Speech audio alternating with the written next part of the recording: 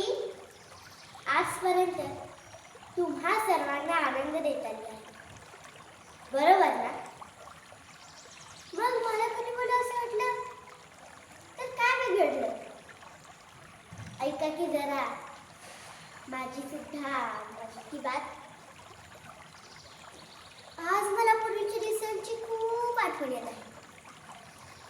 माझ्या स्वच्छ आणि निर्मळतेमुळे माझ्या जवळ येणारे पक्षी प्राणी खूप आठवत आहेत. तेच तर माझ्या घरी सोबती होते. मला कधीही एकटेपणा न जाणवले नाही. त्या पक्ष्यांच्या किलबिलाटामुळे, गाई म्हशींच्या हंबरण्यामुळे माझे दिवस आनंदीमयी जायचे. माझ्या गर्भात माझे मनसोक्त पोहायचे.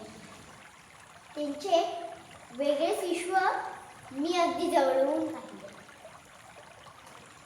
एका आईला जशी आपल्या बाळाची चाहूल आतून जाणवत असते ना, तशीच त्यांच्या हालचालीची चाहूल मी अनुभवली.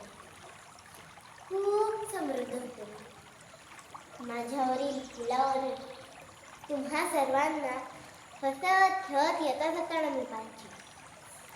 न चुकता माझ्याकडे वळलेली तुमची नजर मला सुखावून जायची. पण असं म्हणतात ना, कुठलीही गोष्ट चिरकाळ टिकत नाही. तेच खरे आहे. अचानक काय झाले हे मला समजले नाही. मी एके दिवशी आजारी पडले. अजिबात ध्यानीमध्ये नसताना माझे सवंगडी माझ्याजवळ यायचे टाळू लागले. गाई म्हशी पक्षी जे माझं पाणी पिऊन मनसोक्त त्याची तहान भागवायचे, ते आता एक दोन घोट घेऊन निघून जायला लागले. मला जाणवत होते की मी बदललीये, खूप वेगाने आजारी पडते.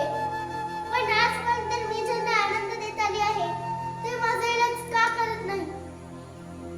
आज या लोकांच्या घरातील जर एखादी व्यक्ती आजारी पडली असती तर ह्यांनी असंच दुर्लक्ष केलं असतं का? नाही ना. मग माझ्याकडे एवढं दुर्लक्ष का म्हणून? खूप दिवस वाट पाहिली की कोणीतरी येईल आणि मला या आजारातून बाहेर काढेल. पण सर्व आपल्या समजते. माझी काहीही चूक नसताना मला त्यांनाही त्रास द्यावा लागतो. म्हणून मी एक ठरवलं की आता सर्वांना धडा शिकवायचा. आता माझ्या पाण्यात इतके धोकादायक घटक मिसळले गेले की मी हळूहळू चढणाऱ्या विषासारखी झाले. तुम्हा सर्वांना ही विष बाधा होते, पण समजत नाही. मी जिथे दिसते फक्त तिथेच नसून जमिनीत खोलवर झिरपत चाललीये आणि बरोबर ते सर्व विषारी पदार्थ घेऊन चाललीये, ज्यामुळे तुम्ही मरू शकाल. मी शिरले खूप खोल. तुमच्या घरातील बोरवेलमध्ये, विहिरीतील झऱ्यांमध्ये, तळ्यांमध्ये. एवढेच नाही तर तुम्ही खात असणाऱ्या माशांच्या पोटात सुद्धा. आता तुम्ही कसं कराल? आता नाक बंद करून माना वळून काय होणार नाही. आज माझ्यामुळे कोणाला तरी कर्करोग होतोय, कोणाला पोटाचे विकार होते, तर कुणाची किडनी फेल होते. कर्करोग होण्यासाठी कारणीभूत असणारे अनेक घातक घटक माझ्यात मिसळले. पण ह्यात तुमचे निष्पाप चिमुरडे नाव ओढले जात आहेत.